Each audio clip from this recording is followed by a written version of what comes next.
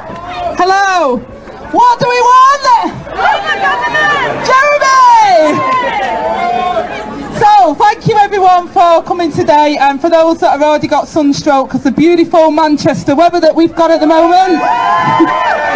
I hope you've all got your factor 50 on like me. If you ginger, factor 20 for everybody else. Anyway, I'm not going to speak for long. I'm Angela Rayner. I'm your Labour parliamentary candidate and was your MP for this area. Returned as your MP on June the 9th.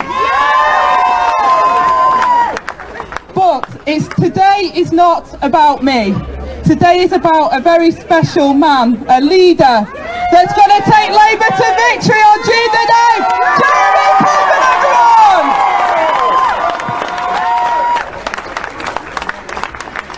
Angela, thank you very much. And can I say thank you very much to all of you that elected Angela in 2015 and are going to elect her again this year with an even bigger majority.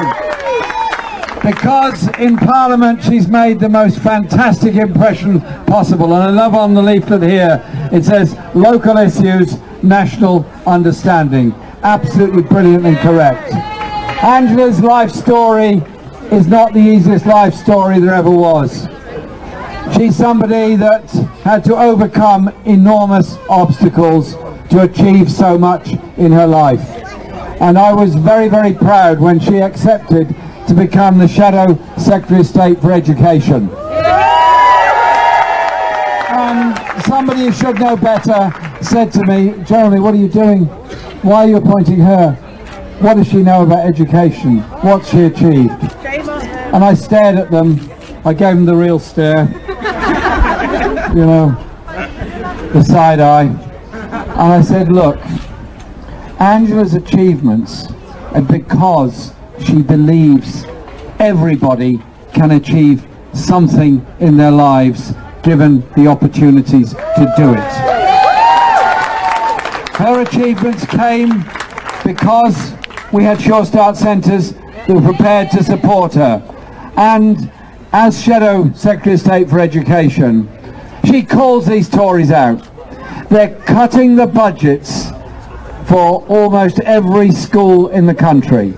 Head teachers faced with the most appalling choices. Which teacher to get rid of? Which subject to close down? Which teaching assistant to ask to leave? What things not to do in the school? And then the government says, well, it's fine, it's okay, you can just have a collection amongst the parents. And so the school is then asked to undertake fundraising activities to pay teachers' wages. Well, just think about that one for a moment. Just think seriously about that one for a moment. You ask a school to raise money from its parents. If the parents are pretty wealthy and it's a pretty well-off area, well, you collect quite a lot of money. If the parents are not so wealthy and it's not such a well-off area, it's not that the parents don't love their kids as much as anybody else. It's not that they don't want them to achieve as much as anybody else. They just haven't got the wherewithal to do it. And so take that 5 years down the road, and what do you have?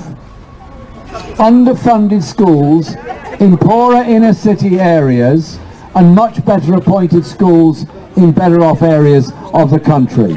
A bit of a mirror of what Tory Britain is really about. You could take a map. You could take a map of poverty across Britain, and you could, for example, colour it red. And then you could take a map of where the biggest cuts have taken place in support for education, for councils, for health and everything else, and colour it, say, blue. Nothing, nothing objective about that, just colour it blue. I think you get my meaning, at least I hope you do. And the one would obliterate the other. Because what they've done is systematically cut funding for the poorest areas of the country, cut funding for the people that need the most support, and given the most to those that already have the most. That is the Tory way in Tory Britain. And so our whole strategy in this election is to simply get this message out. We are for the many, not the few.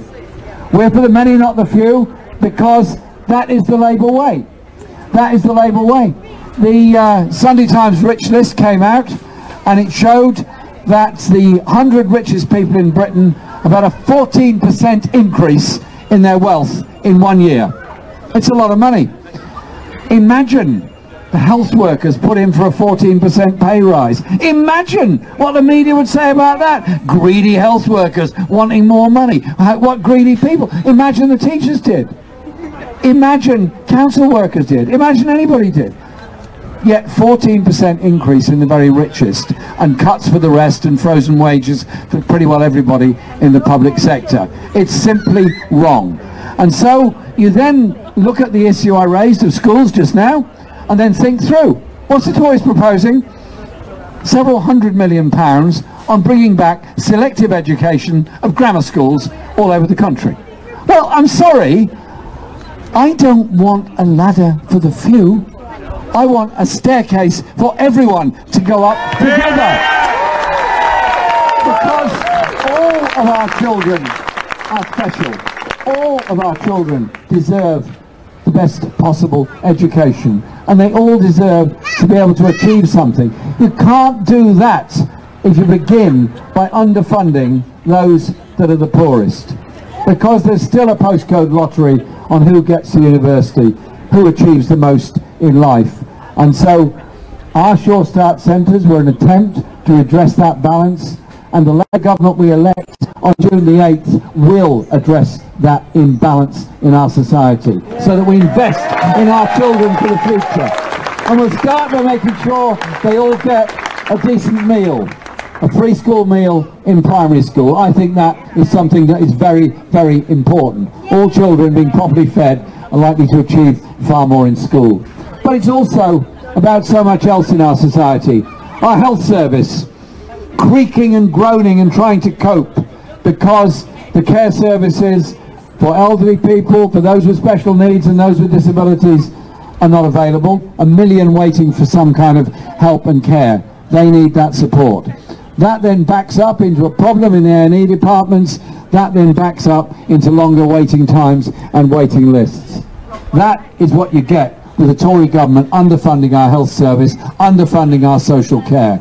We found out, because they're not very good with phone numbers, they sent texts to the wrong people, and they got into our hands and told us that Surrey was going to get a special deal. Well, it seems for the Tories, Surrey is the hardest word. And we're supposed to laugh at that point, but it's okay. I want decent social care for every part of the country. For Manchester and for Surrey, everywhere deserves decent health care and decent social care, and we're going to make sure that happens.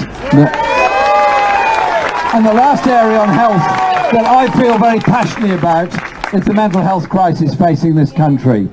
A quarter of us in this lovely crowd here today, this lovely day, you're going to go through a bit of a problem in our lives. Yes, you too! But not today. And you will face that crisis. If you do, I hope you get the help and support you need, and I hope the service is there for you. But for young people, it's often very difficult. They often feel very alone and very isolated. So we need, as a society, to end the stigma, but we also need to fund mental health services properly in schools, in colleges and universities, as well as through GP surgeries and everything else. And that's why I appointed Barbara Keeley at the Shadow Cabinet table to be there supporting social care and mental health, because we believe very strongly in these issues. And so it's the Labour way. We founded the National Health Service. We're the ones that brought in Sure Start. We're the ones that have expanded educational opportunities and university possibilities for so many people. That is what we're trying to achieve. But it's also about your rights in society, your rights at work. There are 6 million people in this country earning less than the living wage. There are 1 million people on 0 hours contracts. Half of those people who have any disability are living in families in poverty. There's something grossly wrong in modern Britain. The rich are getting richer, the tax havens are thriving, the tax evasion and tax avoidance industry is happy days are here again with the Tory government, and the rest are suffering. The rest are suffering because they can't get on in life and achieve what they want. So it requires a Labour government. A Labour government that's going to be serious about redistribution of wealth, not raising taxes for those on low or middle incomes, not raising national insurance or VAT, but instead making sure that those that could pay more do pay more, that we don't cut corporation tax to an ever lower level. We instead make sure that money is spent on what we all need. So I tell you this, it makes economic sense as well. If you're bringing up a child in desperate poverty and that child doesn't achieve everything that child could in school, that child does not become the great engineer, the doctor of the future, or the teacher, or the nurse, doesn't achieve what they could, doesn't achieve their potential in life. They lose, we lose, society loses, we're all the poorer for that. But if instead you have a philosophy that every child is vital, every child matters, every child has ambitions and abilities, I agree with you absolutely, then we're all the better off for it. And so that is the Labour offer. And when it comes to economic questions, people say, well, how are you going to deal with all this? I tell you this, we are the 6th richest country in the world. We have the possibility of doing so much more. We have the possibility not to enrich the richest, but to enrich us all by an economy with investment, an economy that has fair investment, so all transport infrastructure doesn't go to London and the South East, goes to North East, the North West, Scotland, Wales, East Midlands, all the places that need it, and that we have a National Investment Bank, which John McDonnell has proposed, which will be investing in the manufacturing industry and jobs for the future. And so those are some of the policies in broad outline that we're going to put forward. But it's really about how we look at the world and how we view ourselves and how we view our country. None of you would pass by on the other side if you saw somebody having a problem or in a bad state. It's a simple human reaction. If you see somebody in trouble, you go to them and help them. It's normal. But is it normal that we have a government that tolerates the levels of homelessness that we have in Britain, that tolerates Food Bank Britain, that encourages the establishment of holiday lunch clubs for children whose parents cannot afford to provide a decent lunch for them? Surely it's time to do things differently. That's why we're serious about a living wage of £10 an hour, which means that people can feed their children, can live decently. A housing policy that does guarantee people rights of long-term tenure in the private sector, does build another 1 million homes in the whole country, half of which will be council or social rented.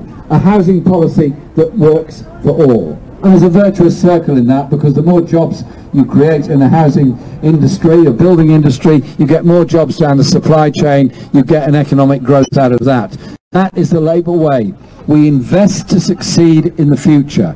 We negotiate with Europe to make sure we have tariff-free access to European markets to maintain jobs all over the north of this country particularly, where there's a lot of manufacturing industry that is trading with Europe, and that we protect those workers' rights that we've achieved there. And so the Tory alternative is what? The Tory alternative is further divisions between the richest and the poorest, further underfunding of our public services, not achieving the economic potential that is there in all of us. And I tell you what's exciting about this election is that ever since it was announced, around 1 million people have registered to vote who hadn't already registered to vote. So if any of you are not registered, please go online and register. And if you know anybody else who hasn't registered, ask them to register. Because we've got a big task ahead of us. This is the third campaign stop on this bus. I think it's my 33rd election event since the election was announced, and I've got about 200 more to go, and my voice is in fine form. I promise you that.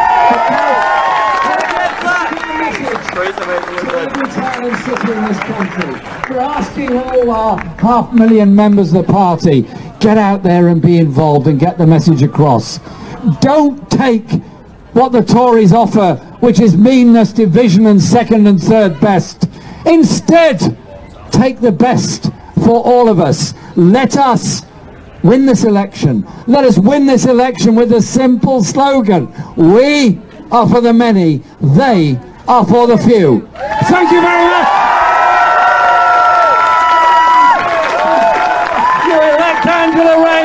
as your next MP.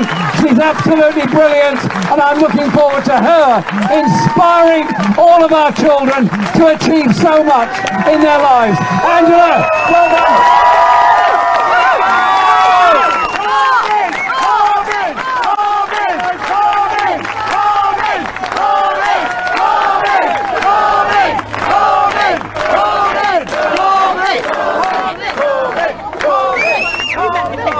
Oh, how you doing? You're right. I'm the Morning Star girl like you. Yeah, come in.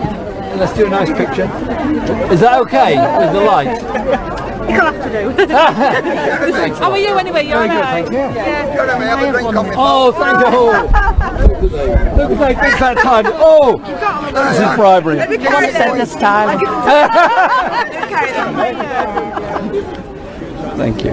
Thanks very much. Thank you. Thank you very much. And good luck. Good luck. Thank you so much. I'm going to write something up for the Morning Star. Lovely, thanks a lot. Okay. And you get in touch with our media team with anything else, because Ben Chaco's in touch quite often. Because because it's the Morning Star. It'd be possible for me to do an interview. Yeah, get in touch with him. Yeah, of course, yeah. Hello.